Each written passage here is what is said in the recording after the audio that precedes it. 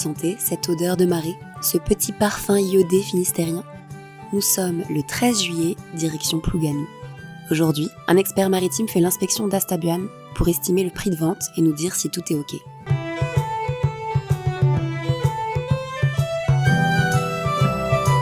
Tout se passe comme sur des roulettes. Le bateau est échoué sur la plage, donc on peut tout inspecter sans avoir besoin de le gruter. Et ça fait plaisir. Verdict, nickel chrome, ou presque.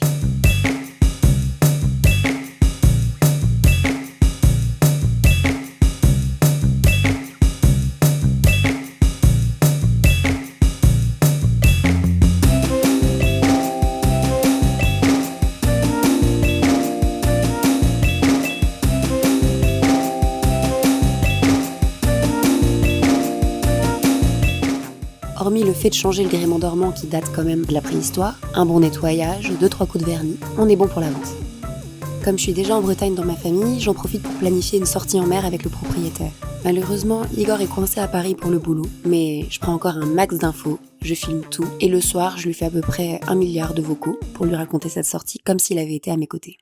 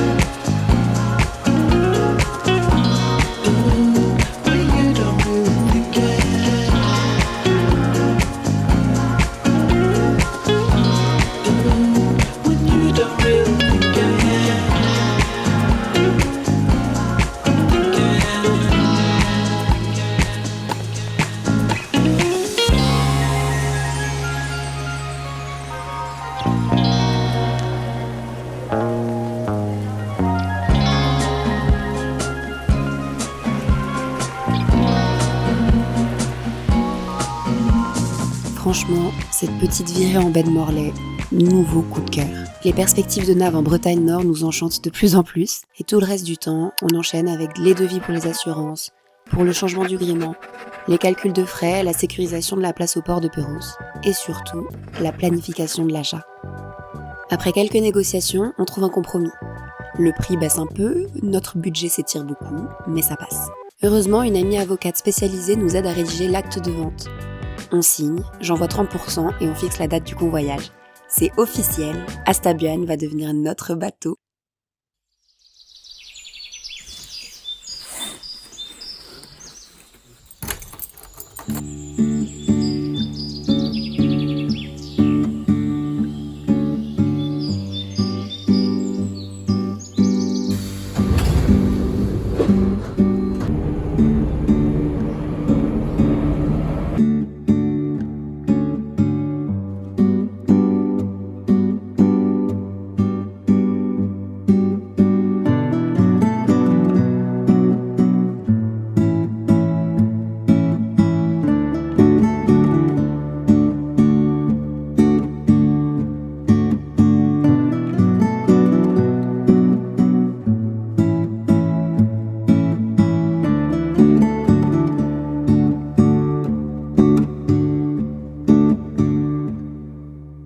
C'est le grand jour. On va convoyer Astabuan de la baie de Morlaix à Perros-Guirec où une place au port nous attend. Un ami de Jacques, le propriétaire, nous a gentiment récupérés à la gare pour nous conduire à Plougasnou. On retrouve Jacques et Astabuan et là, tout devient réel.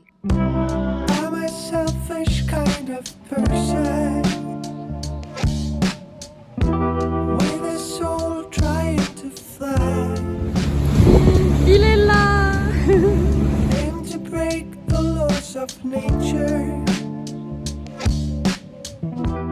On s'installe à bord et on largue les amarres.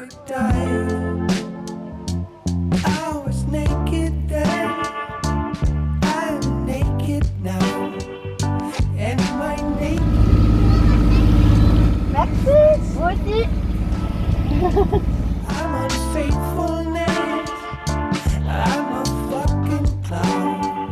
10h45, on ouvre une première bouteille de blanc pour fêter ça. Ce qu'on sait pas encore, c'est que Jacques a vraiment prévu de quoi célébrer tout au long de la journée. Y a aucun doute, on est bien en Bretagne.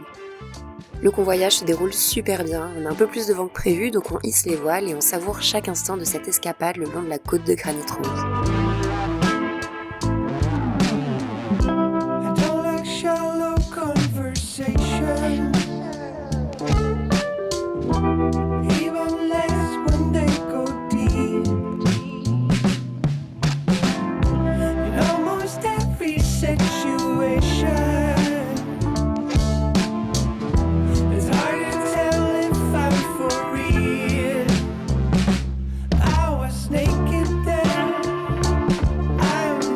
Comme on avance bien, on n'a pas de raison de ne pas ouvrir la deuxième bouteille. Après un bon déj au soleil, on fait un petit crochet touristique du côté de Trégastel, Ploumanac et du château de Costaérès qu'on avait déjà vu depuis la Terre.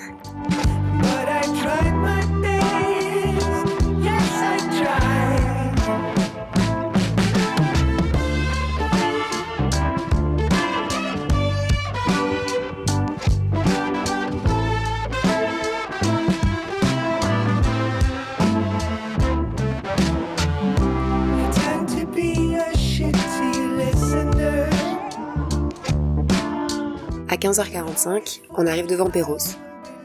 En attendant l'ouverture du seuil, petite bière. Bah ouais, faudrait quand même pas casser le rythme.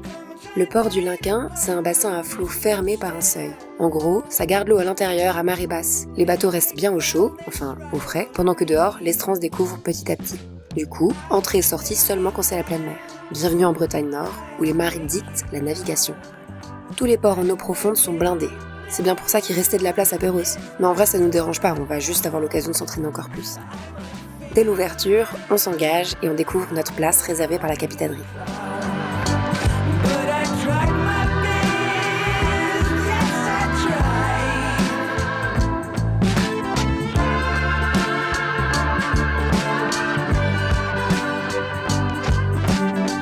Quelques nœuds de cabestan et de taquet plus tard, Astabioan est officiellement amarré à son nouveau port.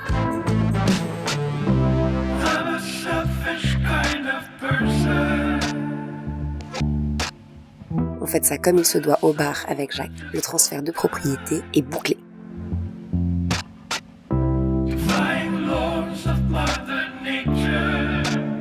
Rendez-vous très bientôt pour la suite des aventures de l'Épicage.